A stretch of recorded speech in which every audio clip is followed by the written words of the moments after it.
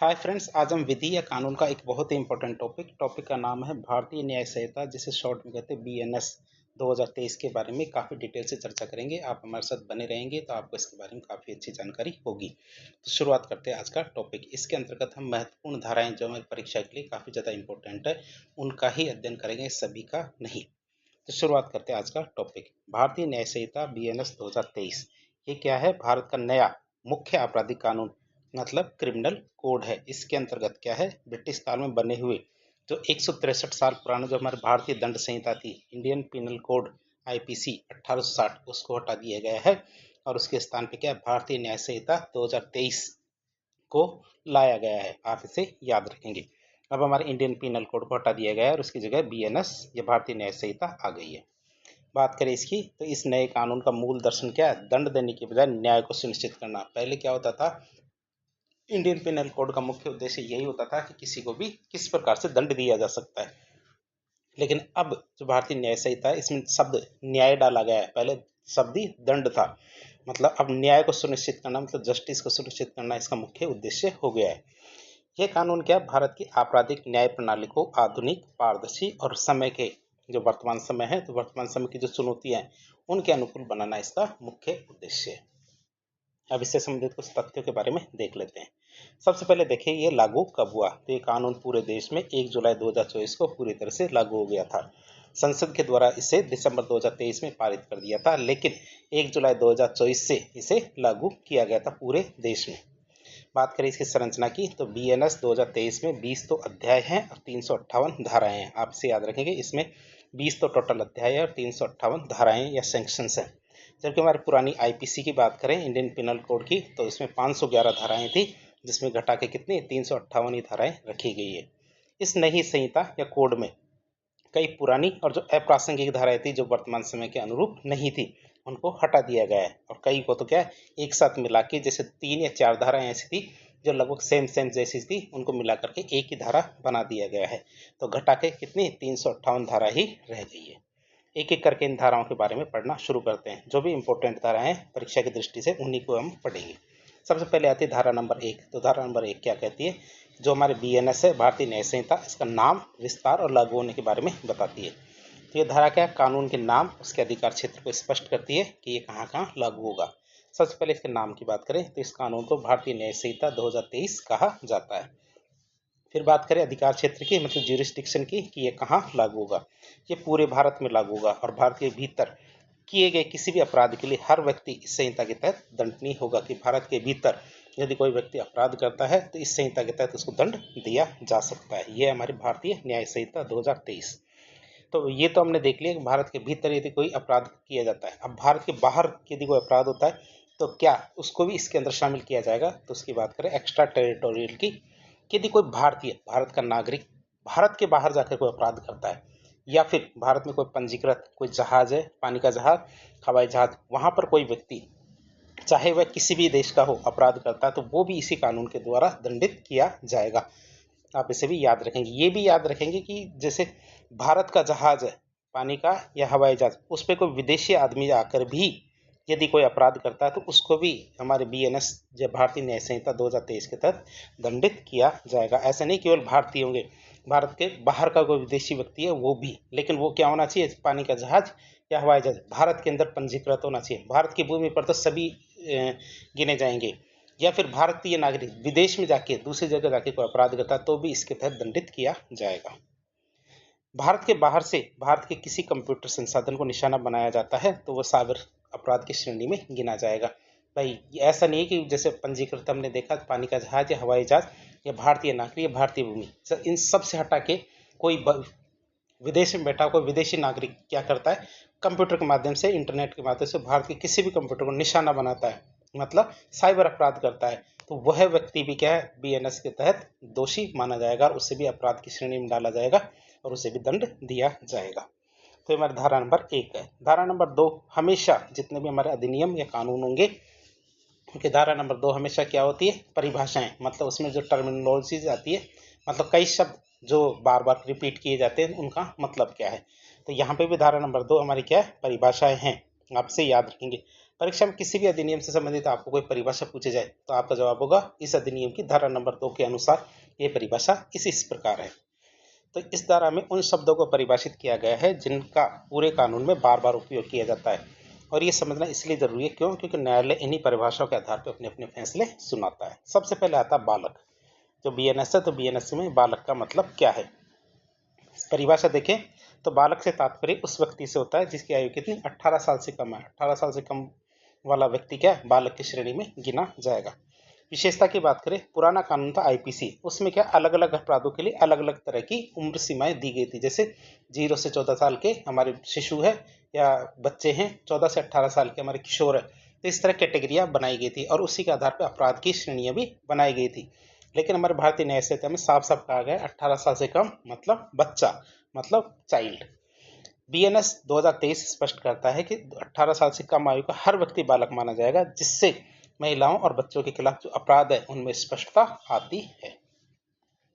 फिर आता न्यायालय, किसे कहते हैं, कोर्ट, जिसे हम कोर्ट ऑफ जस्टिस भी कह सकते हैं। इसका मतलब क्या है, ऐसा न्यायाधीश, क्या ऐसा न्यायाधीश जिसे कानून के द्वारा, आप इसे याद रखेंगे, ऐसा न्यायाधीश जिसे कानून के द्वारा अकेले ही न्यायिक कार्य करने का अधिकार हो। क्या अकेले ही, मतलब जज होता है, कोई कोर्ट होता है उसमें एक ही जज है, तो यहाँ बात कर रहे हैं सबसे पहले एक ही जज की, हो सकता है बहुत सारे जज भी हो, तो एक ही जज की बात कर रहे हैं अभी। तो ऐसा न्यायाधीश जिसे कानून के द्वारा अकेले ही न्यायिक कार्य करने का अधिकार हो, या फिर न्यायाधीशों का ऐसा समूह जिसे हम बेंच कहते हैं। कई बार हमने देखा था कि कई केस होते हैं जिसमें बेंच के द्वारा फैसला सुनाया जाता है। जैसे हमारे केशवानंद भारती केस थी, उसके अंदर क्या था, सबसे बड़ी बेंच बैठी थी, वो भी कितनी, 13 जजों की बेंच बैठी थी।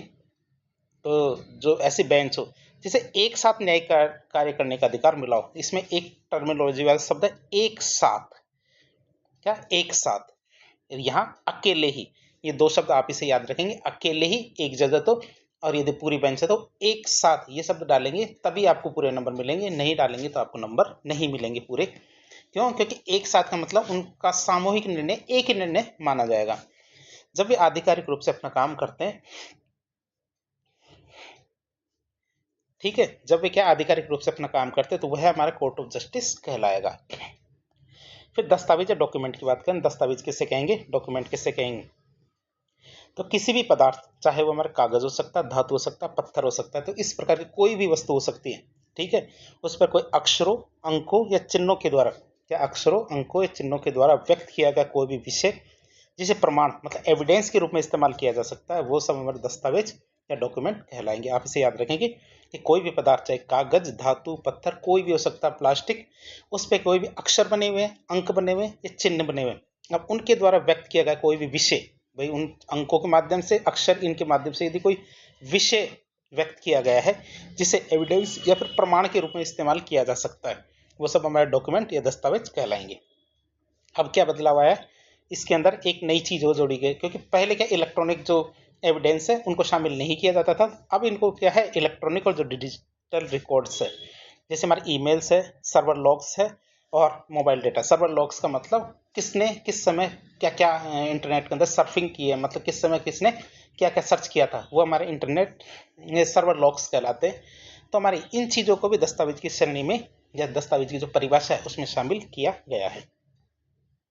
अगली परिभाषा तैयार में लिंग की। लिंग का मतलब जेंडर। पहले क्या था, ही, कहीं भी वह लिखा होता था कि किसी को सजा दी जाती तो वह का मतलब कई बार समझ नहीं आता था कि वह का मतलब पुरुष है, स्त्री है या कोई और। तो बात करें इस संहिता में जहां भी वह शब्द लिखा आता है, ही या हिम लिखा आता है, तो इसके शब्द रूपों का प्रयोग किया गया है। तो वह किसी भी व्यक्ति पर लागू होगा, वहां पे स्थित किसी भी व्यक्ति पर लागू होगा, मतलब ऐसा नहीं है कि पुरुष पे होगा, महिला पे होगा, इस पे होगा। सबसे बड़ा बदलाव क्या है, इसके अंदर साफ साफ बताया गया है, क्या इसमें स्पष्ट रूप से बताया गया है कि वह का मतलब पुरुष, महिला और ट्रांसजेंडर, तीनों का शामिल किया गया है। ट्रांसजेंडर भी इसमें होंगे, महिला भी, पुरुष भी, इन तीनों को शामिल किया गया ताकि किसी भी तरह का कोई कंफ्यूजन ना हो। यह भारतीय कानून के इतिहास में सबसे बेहद प्रगतिशील कदम है कि इसमें किसी भी श्रेणी को छोड़ा नहीं गया है। पहले क्या है, लूप होल्स की वजह से क्या है, जो अपराधी होते थे वो सजा पाने से बच जाते थे। फिर श्रद्धा भाव, गुड फेथ की बात करें, जैसे कई बार डॉक्टर है, डॉक्टर कहता है कि नहीं नहीं मैंने तो कोई बहुत अच्छा इलाज किया, बहुत अच्छा ऑपरेशन किया है, मेरी गलती नहीं है, जो मरीज था वो तो मर गया, मैंने तो गुड फेथ में काम किया। तो गुड फेथ की क्या परिभाषा है कि मैंने तो अपना गुड फेथ मतलब अपना जो सद्भावपूर्वक काम किया है, गुड फेथ में काम किया है, तो ये कैसे तय किया जाएगा? तो उसकी बात करें सद्भावपूर्वक या फिर गुड फेथ क्या है। परिभाषा की बात करें, कोई भी काम सद्भावपूर्वक या फिर गुड फेथ से किया हुआ तब माना जाएगा, तब तक नहीं माना जाएगा। मतलब कोई भी काम सद्भावपूर्वक किया हुआ तब तक नहीं माना जाएगा जब तक कि वह काम उचित देखभाल और ध्यान के साथ न किया गया हो।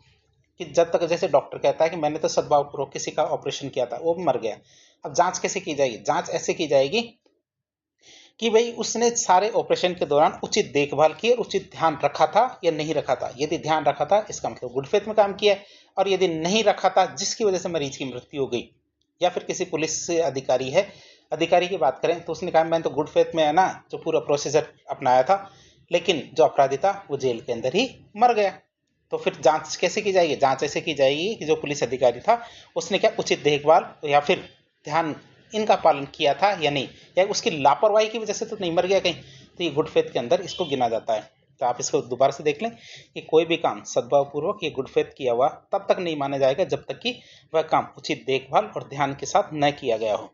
महत्व की बात करें कि यदि कोई अधिकारी या फिर कोई डॉक्टर लापरवाही से काम करता है और कहता है कि उसकी नीयत तो अच्छी थी, तो कानून उसे सद्भावपूर्वक नहीं मानेगा यदि उसने लापरवाही इसके अंदर दिखाई है। अगला आता हमारा सरकार। सरकार मतलब गवर्नमेंट। गवर्नमेंट की बात करें, गवर्नमेंट किससे कहेंगे? सरकार का मतलब होता है भारत की केंद्र सरकार, जो सेंट्रल गवर्नमेंट है, या फिर किसी राज्य की राज्य सरकार, तो इसके अंदर हम सरकार को गिनेंगे। फिर न्यायाधीश या जज किससे कहेंगे? जज की बात करें, यदि जज शब्द आता है न्यायाधीश का, तो इसमें केवल वो ही नहीं आते जिन्हें आधिकारिक रूप से जज कहा जाता है। कि जैसे हमारे हाई कोर्ट, सुप्रीम कोर्ट के अंदर जो जज होते हैं, ऐसा सोचें कि उनको जज कहा जाता है तो यही न्यायाधीश या जज इसके अंदर शामिल होंगे, ऐसा नहीं है। बल्कि ऐसा कोई भी व्यक्ति जिसे किसी भी कानूनी कार्रवाई में अंतिम और निर्णायक फैसला देने का कानूनी अधिकार मिल गया हो। जैसे हमारे सिविल कोर्ट होते हैं, फिर न्यायाधिकरण होते हैं, तो इनके अंदर भी हमारे कुछ लोग होते हैं, अधिकारी होते हैं, जिनको सिविल कोर्ट की शक्तियां मिली हुई होती है। मतलब जो इस प्रकार जो अंतिम और निर्णायक फैसला देने का है, उनको कानूनी रूप से अधिकार मिला हुआ है, वो सब जजों की श्रेणी में आएंगे, न्यायाधीशों की श्रेणी में आएंगे। चाहे वो दीवानी हो या फौजदारी मामला, किसी भी मामले में उनको निर्णायक, अंतिम और निर्णायक, ये दो शब्द है, ये जरूर आप याद रखेंगे। अंतिम और निर्णायक फैसला, अंतिम और निर्णायक फैसला देने का अधिकार उनको मिला हुआ है, और वो भी किस प्रकार? कानूनी रूप से, तभी उन्हें जज की श्रेणी में गिना जाएगा, नहीं तो नहीं गिना जाएगा। आप इसे भी याद रखेंगे। जैसे हमारे कुछ मामलों में जिला मजिस्ट्रेट और जो कलेक्टर होते हैं उनको भी इसी श्रेणी में गिना जाता है। जो जिला मजिस्ट्रेट और जो कलेक्टर होते हैं वो भी कई बार क्या है, अंतिम और निर्णायक फैसले देते हैं, कई बार राजस्व के मामले में भी दे देते हैं, तो वो भी इसी श्रेणी में जज या न्यायाधीश की श्रेणी में गिने जाएंगे। फिर आता व्यक्ति। व्यक्ति का मतलब तो पर्सन। बात करें इसकी, तो इस शब्द में कोई जीता जाता इंसान, जो ह्यूमन बींग है, केवल यही नहीं आते जैसे किसी व्यक्ति के खिलाफ ही कोई मुकदमा दर्ज हो, ये कोई जरूरी नहीं है, बल्कि कोई कंपनी, समिति या फिर व्यक्तियों का समूह भी इसके अंदर शामिल किया जा सकता है, चाहे उनका रजिस्ट्रेशन हुआ हो या नहीं हुआ हो। कहते हैं ना कई बार ये कंपनी है, इसके खिलाफ केस नहीं किया जा सकता, क्यों? क्योंकि इसने तो अपना रजिस्ट्रेशन कराया नहीं। ऐसा नहीं है कि उसको रजिस्ट्रेशन या पंजीकरण नहीं कराया तो उस पर केस नहीं होगा, उस पर फिर भी केस हो सकता है। क्यों? क्योंकि वह भी व्यक्ति या पर्सन की कैटेगरी या श्रेणी में आता है। यानी किसी कंपनी के खिलाफ भी आपराधिक मुकदमा चलाया जा सकता है, व्यक्ति ही नहीं, कंपनी के खिलाफ भी आपराधिक मुकदमा चलाया जा सकता है। फिर पब्लिक की बात करें, लोग या पब्लिक किससे कहेंगे? सबसे पहले परिभाषा देखें तो आम जनता का कोई भी वर्ग या क्लास जो या फिर कोई समुदाय, वह लोग या पब्लिक की श्रेणी में आएगा। फिर लोक सेवक की बात करें, लोक सेवक में सबसे ज्यादा कंफ्यूजन होता है। परिभाषा देखें लोक सेवक किससे कहेंगे, तो यह एक बहुत ही व्यापक परिभाषा होती है लोक सेवक की। तो इसमें वो सारे लोग शामिल होते हैं जो सरकार के अधीन कर्तव्य निभाते हैं, सरकार का कर्तव्य निभाते हैं, सरकार के काम करते हैं और उसके बदले क्या वेतन या पैसे पाते हैं, तो वो सब हमारे क्या लोक सेवक कहलाएंगे। इसमें किन किन को शामिल किया जाएगा? जिसमें सेना के जो कमीशन अधिकारी होते हैं वो, न्यायाधीश, न्यायालय के अधिकारी जैसे लिक्विडेटर, कमिश्नर, ये सब, पुलिस अधिकारी, जेल में रखे लोगों को जेल में रखने का अधिकार पाने वाले अधिकारी, सरकारी संपत्ति की देखरेख करने वाले, कर वसूलने वाले और चुनाव कराने वाले अधिकारी। केवल यही नहीं, बाकी सभी क्या, बाकी सभी हमारे क्या लोक सेवक की गिनती में आएंगे, जो सरकार से पैसा प्राप्त करते हैं और सरकार के कर्तव्य को निभाते हैं। ये दो शब्द याद रखना, सरकार से इसके बदले पैसा पाएंगे, किसके बदले? सरकार के कर्तव्य को निभाने के लिए। वो सब हमारे किसकी श्रेणी में गिने जाएंगे? लोक सेवक की श्रेणी में गिने जाएंगे। फिर बात करते हैं, एक आध शब्द आता है मूल्यवान प्रतिभूति।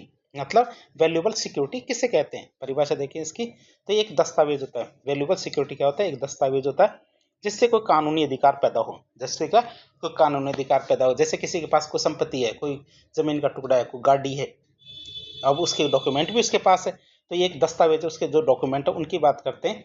तो ये एक ऐसा दस्तावेज होता है जिससे कोई कानूनी अधिकार पैदा होता है। मतलब मैंने एक कार खरीदी और उसका डॉक्यूमेंट मेरे पास है और मेरे ही नाम है, तो ये डॉक्यूमेंट ही क्या करता है, एक तरह का मूल्यवान प्रतिभूति कहलाएगा। क्यों? क्योंकि कानूनी अधिकार पैदा करता है कि मेरी इस गाड़ी को कोई भी नहीं ले सकता। क्यों? क्योंकि ये कागज आज मेरे पास है और मेरे ही नाम है।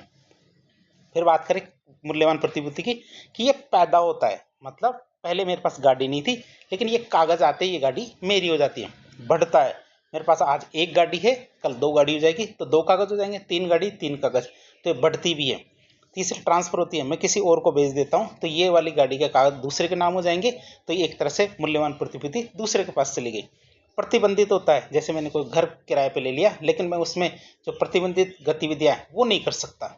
कि मतलब घर तो मैंने किराए ले लिया, लेकिन कुछ ऐसे कार्य होते हैं जो किराए लेने के बावजूद भी उनमें नहीं किए जा सकते, तो प्रतिबंधित भी किया जा सकता है किसको, मूल्यवान प्रतिभूतियों को।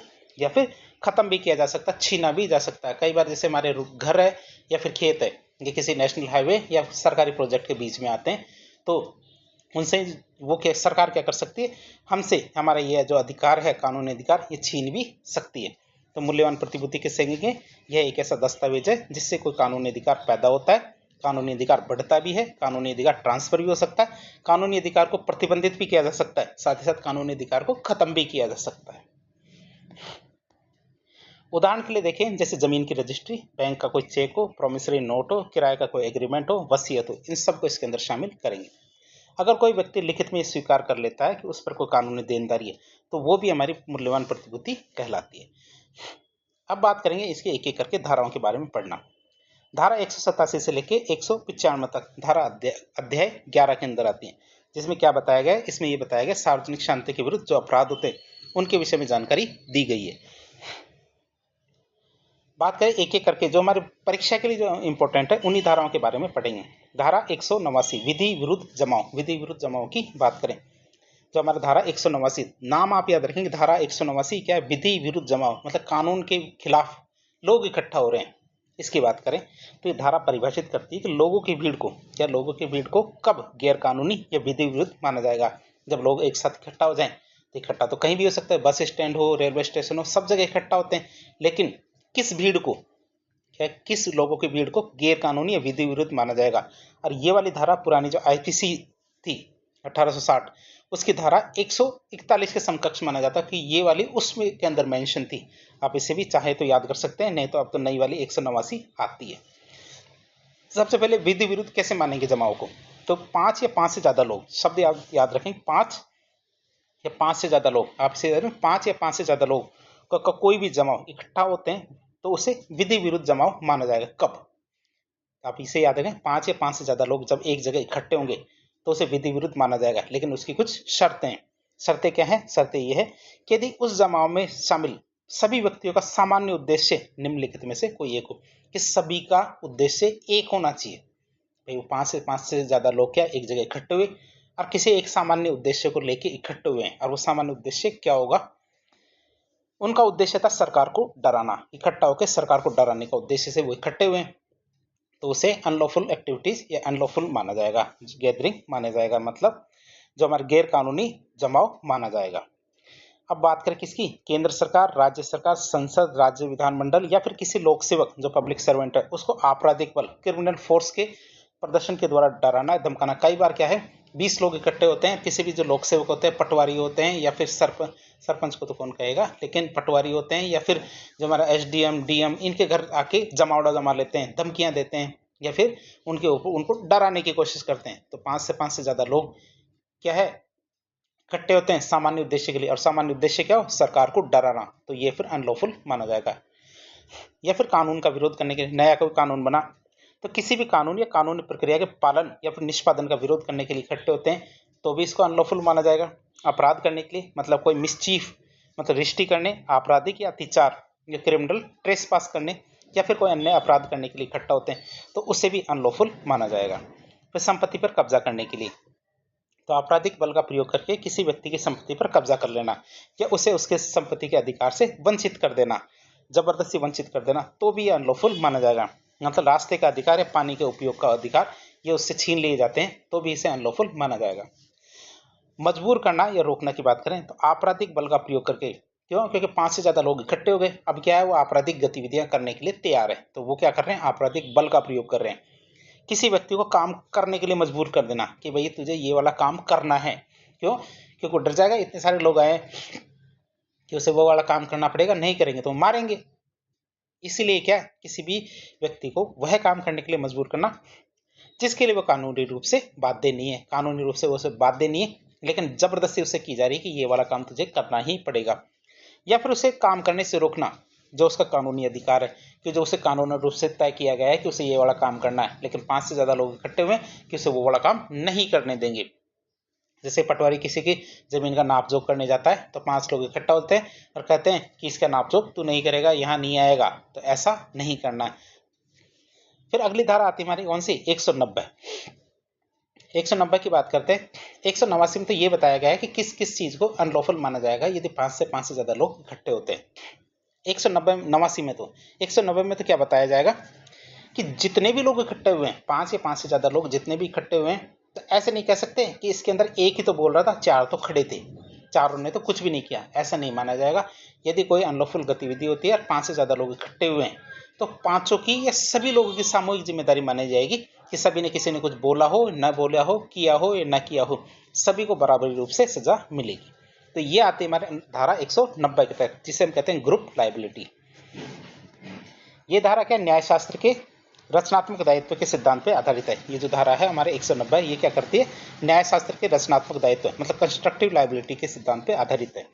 इसका उद्देश्य क्या है कि गैर कानूनी भीड़ का हिस्सा बनने वाला हर व्यक्ति, मतलब ऐसी भीड़ जो गैर कानूनी थी, उस भीड़ का हिस्सा बनने वाला हर व्यक्ति की जिम्मेदारी इसके अंदर तय होगी। पुरानी आईपीसी की धारा 149 में ये चीज बताई गई थी। ठीक है, बात करें इसको डिटेल से देखें कि यदि किसी विधि विरुद्ध जमाव के किसी भी सदस्य के द्वारा, क्या, किसी भी विधि विरुद्ध जमाव के, मतलब इकट्ठा हो गए 5 से ज्यादा लोग, उसके किसी भी एक सदस्य के द्वारा उस जमाव के सामान्य उद्देश्यों को पूरा करने के लिए कोई अपराध कर दिया जाता है, कि जैसे 10 लोग इकट्ठा हुए, उनमें से एक आदमी ने मर्डर कर दिया। नो कहते हैं कि मारा तो इसने था, हमने तो केवल देखा ही था, हमने तो कुछ भी नहीं किया, लेकिन मर्डर के दोष में सारे के सारे 10 के 10 लोग जो दोषी माने जाएंगे।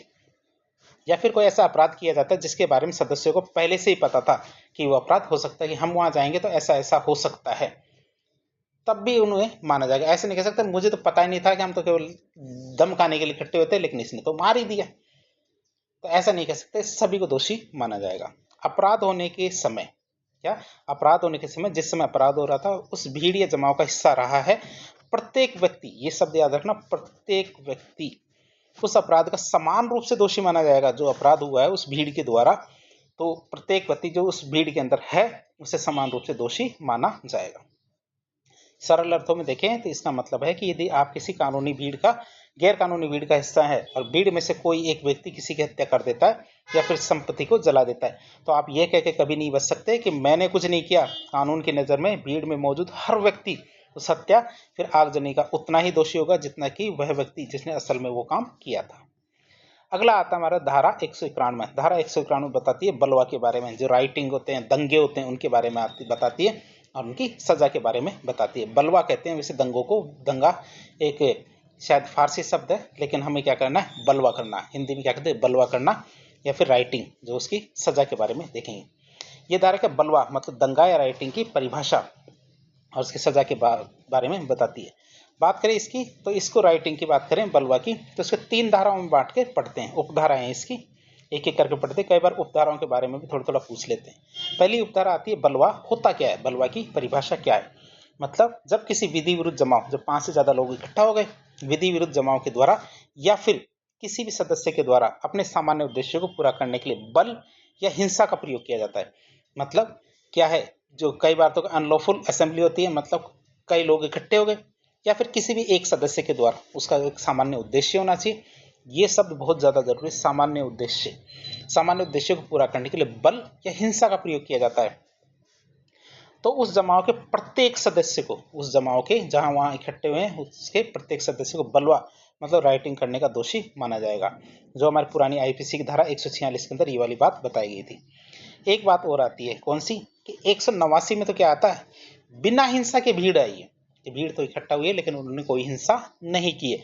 लेकिन जैसे ही हिंसा या बल का प्रयोग किया गया, क्या पहले तो इकट्ठे हुए, तो इकट्ठे होकर नारेबाजी कर रहे हैं, कुछ भी कर रहे हैं, लेकिन बल या हिंसा का प्रयोग नहीं कर रहे हैं, हिंसा का प्रयोग नहीं किया, तो 189 तक किया। लेकिन जैसे ही उन्होंने हिंसा या बल का प्रयोग कर दिया, वो काम क्या है, धारा 191 के एक के तहत बलवा या राइटिंग माना जाएगा। इससे भी आप याद रखेंगे। दूसरी उपधारा आती है हमारी 191(2). 191(2) क्या कहता है कि बलवा के लिए साधारण सजा, कि यदि कोई भी बलवा मतलब राइटिंग करने का दोषी पाया जाता है, दंगे करने का दोषी पाया जाता है, तो उसे 2 वर्ष के कारावास, जुर्माना या दोनों से दंडित किया जा सकता है। और ये कॉग्निजेबल अपराध है, मतलब संज्ञेय अपराध है। पुरानी आईपीसी की धारा 147 के अंदर इसको गिना जाता था। अब क्या है, 191(2) के तहत इसको गिना जाएगा, 2 वर्ष तक का कारावास, जुर्माना या दोनों से दंडित किया जा सकता है। फिर इसकी उपधारा आती है एक, कौन सी, तीसरी आती है हमारी 191(3). घातक हथियारों के साथ बलवा करना, मतलब किसी के पास चाकू है, छुरी है, तलवारें हैं, बंदूकें हैं, तो घातक हथियार है, उनके साथ यदि बलवा करता है, राइटिंग करता है, तो इसे गंभीर रूप से माना जाएगा। यदि कोई व्यक्ति किसी घातक हथियार मतलब डेडली वेपन या फिर किसी ऐसी चीज से लैस होकर बलवा करता है जिससे के प्रहार से किसी की भी मौत होने की संभावना होती है, तो सजा ज्यादा बढ़ जाएगी, और ऐसे मामले में उसे 5 साल तक के कारावास, जुर्माना या दोनों से दंडित किया जा सकता है। और ये पुरानी आईपीसी की धारा 148 के तहत गिना जाएगा। आप इसको देख सकते हैं, अभी तक किसी को मारा नहीं है, अभी तक इसको क्या है, मारा नहीं है, लेकिन अब क्या आ गए, इसमें घातक हथियार थे, घातक हथियार थे, मतलब मामला बिगड़ता तो इन घातक हथियारों से किसी की हत्या भी की जा सकती थी। हत्या करने के बाद तो मामला ही अलग हो जाता है, लेकिन हत्या नहीं की है, लेकिन क्या है, हत्या हो सकती है, तो हमारी धारा 191 के अंदर इसको गिना जाएगा। 189 में तो क्या है, घातक हथियार नहीं थे, लोग इकट्ठा हो रहे थे अनलॉफुल एक्टिविटीज के लिए, सामान्य उद्देश्य के लिए, लेकिन कोई घातक हथियार भी नहीं थे, मारा भी नहीं जा रहा था, लेकिन इकट्ठा हो रहे थे, पर कुछ चीजें थी जिनके लिए जो सामान्य उद्देश्य थे, हमने पहले देखे थे, उनके लिए इकट्ठा तो हो रहे थे। अब बात करेंगे, दंगा हो गया, दंगा हो गया, आफरी हो गई, तो आफरी की परिभाषा और उसकी सजा की बात करें तो ये धारा क्या, सार्वजनिक स्थानों पर होने वाली लड़ाई झगड़े मतलब दंगा को परिभाषित करती है, और उसके लिए दंड का प्रावधान करती है कि इसके लिए क्या सजा होगी। तो पुरानी आईपीसी की धारा 159 और 160 के बराबर है धारा 194 में। तो अब परिभाषा की बात करें, धारा 194 एक की, जब 2 या 2 से ज्यादा लोग, क्या 2 या 2 से ज्यादा व्यक्ति किसी सार्वजनिक स्थान मतलब पब्लिक प्लेस पर लड़के लोक शांति में विघ्न या बाधा उत्पन्न करते हैं, चाहे क्या है, 2 या 2 से अधिक व्यक्ति किसी सार्वजनिक स्थान मतलब पब्लिक प्लेस पर लड़के लोक शांति मतलब पब्लिक पीस को विघ्न या बाधा उत्पन्न करते हैं, तो ये कहा जा सकता है कि वो क्या कर रहे हैं, दंगा कर रहे हैं। खास बात देखें दंगे की, तो दंगे के लिए सार्वजनिक स्थान होना बहुत ज्यादा जरूरी है। यदि 2 लोग अपने घर के अंदर, मियाँ बीवी की बात कर रहे हैं हम तो यहाँ उदाहरण के तौर पे, कि मियाँ बीवी अपने घर के अंदर दंगा कर रहे हैं, लड़ाई झगड़ा कर रहे हैं, लेकिन करके कहाँ है, निजी स्थान पे अपने कमरे के अंदर लड़ रहे, और इससे बाहर शांति भंग नहीं हो रही, वो आपस में एक दूसरे की शांति को भंग कर रहे हैं, तो इसे दंगा नहीं माना जाएगा। कहीं पुलिस वाले बीवी हस्बैंड वाइफ यदि लड़ रहे हैं तो उसे दंगा मान के, उनको अपराधी मान के उनको जेल कर दे, ऐसा नहीं हो सकता। क्यों, क्योंकि इसके लिए एक शब्द आता है, सार्वजनिक स्थान होना जरूरी है। और दूसरी चीज कि इससे क्या, बाहर के लोगों की शांति भंग होनी चाहिए, तो 2 चीज होनी चाहिए, सार्वजनिक स्थान पे हो और जो आम आदमी है तो आम आदमी की शांति भंग होनी चाहिए। यदि अंदर ही अंदर लड़ रहे हैं तो भैया ये तो एक तरह का प्रेम है, लड़ाई नहीं है। फिर सजा की बात करें इसकी, तो सजा 194(2) में इसकी सजा बताई गई है। तो दंगा करने के दोषी व्यक्ति को 1 महीने के कारावास या फिर हमारे 1000 रुपए के जुर्माने या फिर दोनों से दंडित किया जा सकता है। फिर 2 चीज आती है, एक तो दंगा होता है, एक बलवा होता है, दोनों में क्या अंतर है। बलवा की बात करें तो धारा 191 में बलवे की बात आती है, कम से कम 5 लोग होने चाहिए, बलवा में कम से कम 5 लोग होने चाहिए, और एक किसी भी स्थान मतलब निजी और सार्वजनिक दोनों जगह हो सकते हैं, और इसमें गंभीर सजा 2 से 5 साल की होती है बलवा में। जबकि दंगा की बात करें हाफी की, तो इसमें कम से कम 2 लोग होने चाहिए, 194 में इसकी बात करते हैं, और ये किसी सार्वजनिक स्थान पे होने चाहिए, और इसकी सजा थोड़ी सी कम है, कितनी, 1 महीने की सजा है। अब हम देखेंगे दंगा आदि को दबाने वाले जो लोक सेवक है उस पर हमला कर दे।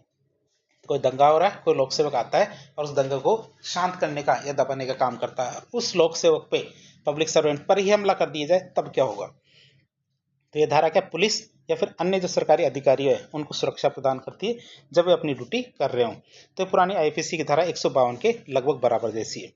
परिभाषा देखिए कि यदि कोई लोक सेवक जो पब्लिक सर्वेंट है, जिसमें पुलिस अधिकारी है, कोई मजिस्ट्रेट है, तो लोक सेवक क्या किसी विधि विरुद्ध जमाव मतलब जो अनलॉफुल असेंबली है इसको तीतर बितर करने या फिर बलवा या दंगा रोकने का प्रयास कर रहा है, और उस दौरान क्या है कोई व्यक्ति या लोक सेवक पर क्या है हमला कर देता है, क्या उस लोक सेवक पर क्या कहते हैं हमला कर देता है, या फिर आपराधिक बल क्रिमिनल फोर्स का प्रयोग करता है, डराता है, धमकाता है, उसके काम में बाधा डालता है, तो इसके अंदर उसको गिना जाएगा। ये हमारी धारा 195 में।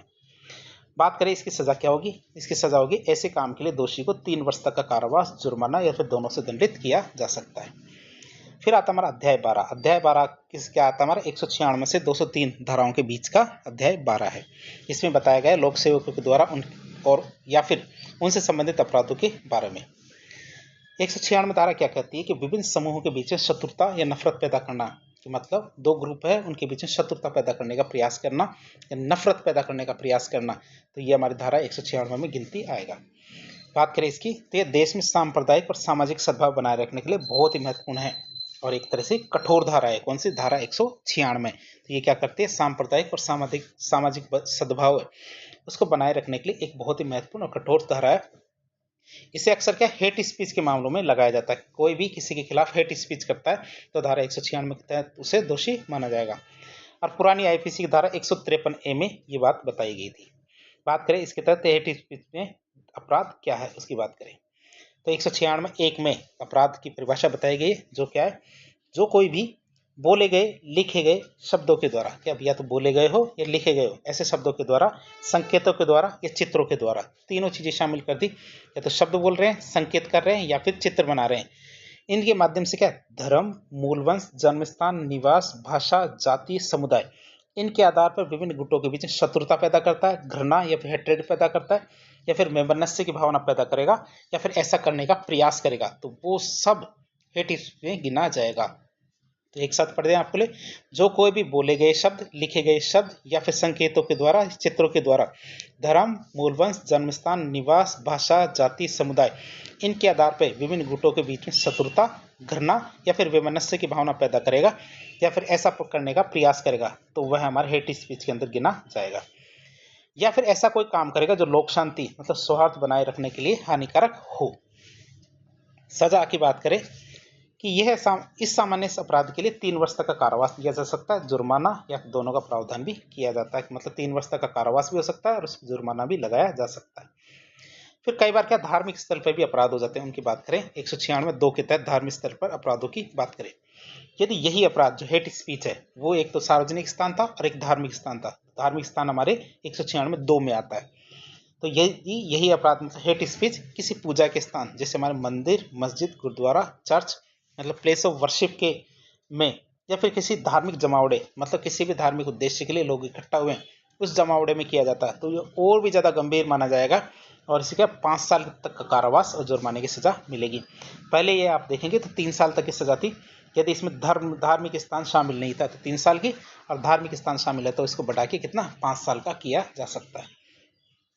फिर शस्त्र ड्रिल या वेपन ड्रिल की बात करें, यदि कोई व्यक्ति इस इरादे से कोई व्यायाम करता है, एक्सरसाइज गतिविधि या ड्रिल आयोजित करता है, मतलब कई बार क्या हम गुरुद्वारे में या फिर कई ऐसे धार्मिक स्थान या सार्वजनिक स्थान देख सकते हैं जहाँ पे क्या शस्त्र ड्रिल किया जाता है, मतलब तलवारों से या भालों से क्या है वेपन ड्रिल करने का प्रयास किया जाता है कि प्रतिभागी किसी विशेष धार्मिक या नस्ली समूह के खिलाफ आपराधिक बल का प्रयोग करेंगे, तो उसे भी क्या है 5 साल की सजा मिल सकती है, वेपन ड्रिल करते हैं। लेकिन ये क्या है एक्सेस क्या है कि भाई कोई गतिविधि हो, ड्रिल आयोजित करें या फिर व्यायाम हो, तो ये किस लिए हो ताकि प्रतिभागी क्या कि जो कर रहा ड्रिल किसी विशेष धार्मिक या नस्ली समूह के खिलाफ क्या आपराधिक बल का प्रयोग करेंगे, तो उसे क्या 5 साल की सजा दी जा सकती है।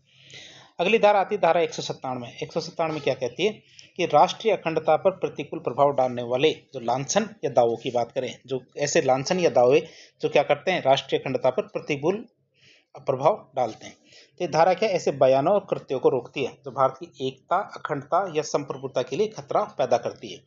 ये पुरानी आईपीसी की धारा 153 बी के समान है।